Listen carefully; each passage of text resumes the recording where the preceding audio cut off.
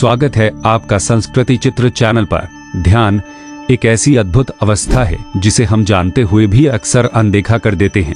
क्या है यह ध्यान, इसे कैसे करें और इसका हमारे जीवन में क्या महत्व है? इन सभी गहन प्रश्नों के उत्तर आपको इस प्रस्तुति में प्राप्त होंगे। कुछ लोगों के मन में ध्यान का नाम सुनते ही यह विचार आता है कि यह केवल वृद्ध व्यक्तियों के लिए है या यह केवल भजन कीर्तन और प्रार्थना जैसा कोई कर्मकांड है। परंतु ध्यान इन सबसे कहीं अधिक गहरा और भिन्न है। यह स्वयं को जानने का मार्ग है। ध्यान का मुख्य उद्देश्य व्यक्ति के भीतर जागरूकता की ज्योति प्रज्वलित करना, अपने विचारों को नियंत्रित करना सीखना है। इस विस्तृत संसार में यदि कोई सबसे विचित्र और रहस्यमय वस्तु है तो वह हमारा अपना मन, हमारा मस्तिष्क है। हमारे मस्तिष्क पर अनेकों अध्ययन और शोध हुए हैं, किंतु फिर भी इसे पूरी तरह समझ पाना अत्यंत कठिन है। इसी संबंध में रिचर्ड डेविडसन नामक एक विद्वान ने महत्वपूर्ण शोध किया था, जो मनोविज्ञान और मनोचिकित्सा के जाने माने प्राध्यापक हैं। रिचर्ड डेविडसन स्वस्थ मन केंद्र के संस्थापक और निदेशक भी हैं। हमारा मस्तिष्क, जो हमारे पूरे शरीर का मात्र 2% हिस्सा है, फिर भी हमारी कुल शारीरिक ऊर्जा का 20% उपयोग करता है, यहाँ तक कि जब हम कुछ भी नहीं कर रहे होते। ऐसा क्यों होता है? क्योंकि जब हम अपने विचारों के प्रति जागरूक नहीं होते तब हमारा मस्तिष्क अपने सहज क्रिया तंत्र पर काम कर रहा होता है। यह एक ऐसा आंतरिक तंत्र है जो हमारी कल्पनाओं और अनुभवों से कहानियां गढ़ता रहता है। यह तंत्र हमारे मस्तिष्क के अग्रभाग और लिम्बिक प्रणाली के बीच एक जटिल संबंध बनाता है। यह हमारे विचारों, हमारी भावनाओं, हमारे सपनों और हमारी आशाओं को सहेजकर हमारे ही मन में एक व्यक्तिगत कथा बुनता रहता है। प्रत्येक मनुष्य के मन में उसकी अपनी एक अनूठी कहानी निरंतर चलती रहती है। यह प्रक्रिया 24 घंटे सक्रिय रहती है। जब हम अपने मानसिक प्रवाह के प्रति बिल्कुल भी सचेत नहीं होते तब यह सहज क्रिया तंत्र अत्यधिक तेजी से कार्य करता है। यह तंत्र हमारे सभी अनुभवों को एकत्र करता जाता है और एक मानसिक कहानी का निर्माण करता रहता है।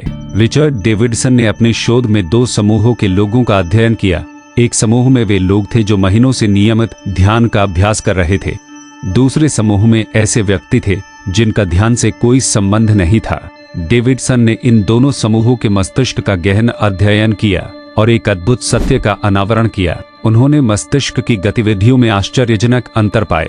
उन्होंने पाया कि जो लोग ध्यान का अभ्यास नहीं कर रहे थे उनके मस्तिष्क में यह सहज क्रियातंत्र बहुत तेजी से काम कर रहा था। वहीं जो व्यक्ति ध्यान करते थे उनके मस्तिष्क में इस तंत्र की गति बहुत धीमी पाई गई। इसका अर्थ यह है कि ध्यान हमारे मस्तिष्क के इस स्वाभाविक क्रियातंत्र को बाधित करता है, उसकी अत्यधिक तेजी को नियंत्रित करता है। जब हम अपने मानसिक विचारों के प्रति अनभिज्ञ होते हैं तब यह तंत्र कभी कभी ऐसी कहानियां गढ़ देता है। ये कहानियां हमें तनाव और अवसाद की ओर धकेल सकती हैं, परंतु ध्यान के अभ्यास से इसकी गति धीमी हो जाती है, जिससे मन शांत और संतुलित रहता है। यह हमें भीतर से गहन शांति और स्थिरता प्रदान करता है। सबसे आश्चर्यजनक बात यह देखी गई कि जो लोग लंबे समय से ध्यान का अभ्यास कर रहे थे उनके मस्तिष्क में अत्यधिक गामा तरंगें सक्रिय थी। ये गामा तरंगें बहुत तीव्र आवृत्ति वाली होती हैं। चौंकाने वाली बात यह थी कि जब वे ध्यान नहीं कर रहे होते थे तब भी उनके मस्तिष्क में ये गामा तरंगें अधिक सक्रिय देखी गईं। अब जिनको गामा तरंगों के बारे में जानकारी नहीं है उन्हें मैं बताता हूँ। हमारे मस्तिष्क में हर पल एक विद्युत प्रारूप की तरह कोई न कोई तरंग उत्पन्न होती है। यह तरंग एक निश्चित आवृत्ति को दर्शाती है और हमारी मानसिक स्थिति के अनुसार बदलती रहती है। मस्तिष्क तरंगों को मुख्य रूप से 5 प्रकारों में वर्गीकृत किया गया है: डेल्टा, थीटा, अल्फा, बीटा और गामा तरंगें। इन सभी में गामा तरंगें सबसे महत्वपूर्ण और चमत्कारी मानी जाती हैं। ये तरंगें अधिकतर तीव्र और कुशाग्र बुद्धि वाले व्यक्तियों में पाई जाती हैं। जब ये तरंगें हमारे मस्तिष्क में उत्पन्न होती हैं तो कोई भी जानकारी हमारे मन तक बड़ी तेजी से पहुंचती है और हमारी समझ बढ़ती है।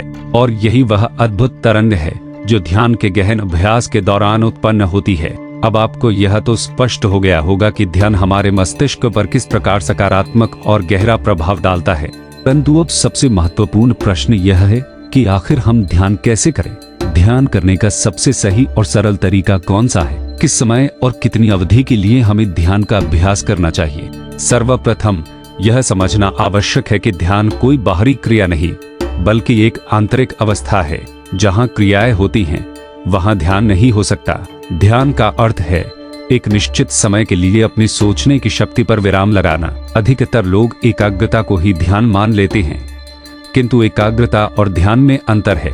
ध्यान तब आरंभ होता है जब आप स्वयं के सभी प्रयासों को त्याग देते हैं और मन को सहज छोड़ देते हैं। कहने का तात्पर्य यह है कि स्वयं को प्रयास रहित स्थिति में ले जाना ही ध्यान है। इस अवस्था तक पहुंचने के अनेक मार्ग हैं, जिन्हें ध्यान के विभिन्न प्रकार कहा जाता है, परंतु एक विधि अत्यंत प्रभावी है। मैं आपको एक अत्यंत सरल और प्रभावी तरीका बताने जा रहा हूं, जिसका मैं स्वयं भी अभ्यास करता हूं और जिसके परिणाम मिलने की संभावना भी अधिक है। उस ध्यान विधि का नाम है विपासना ध्यान। विपासना भारत की एक प्राचीनतम ध्यान विधि है, जो समय के साथ विलुप्त हो गई थी, किंतु आज से लगभग 2500 वर्ष पूर्व भगवान बुद्ध ने इसे पुनः खोज निकाला था। भगवान बुद्ध को इसी विधि से ज्ञानोदय प्राप्त हुआ था। विपासना का अर्थ है जो वस्तु जैसी है उसे उसी रूप में जानना या देखना। विपासना ध्यान का लाभ यह है कि आप इसके माध्यम से अपने गहनतम स्वरूप को जान पाते हैं और सत्य का अनुभव करते हैं। यदि आप विपासना ध्यान केंद्र में जाते हैं तो आपको वहां कुछ नियमों का पालन करना होता है, जैसे आर्य मौन, रात का भोजन न करना और अपने साथ मोबाइल या पुस्तक जैसी कोई भी वस्तु न रखना।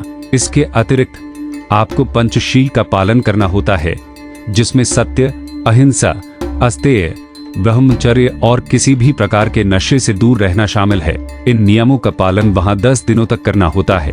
यह योग के 8 अंगों यम, नियम, आसन, प्राणायाम, प्रत्याहार, धारणा, ध्यान और समाधि के समान ही है।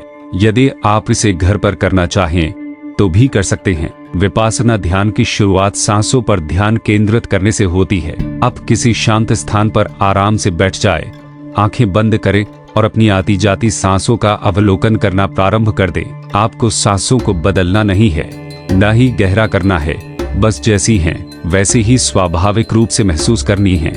अगर आपको यह कथा पसंद आई तो चैनल संस्कृति चित्र को जरूर सब्सक्राइब करें और बेल आइकन दबाएं।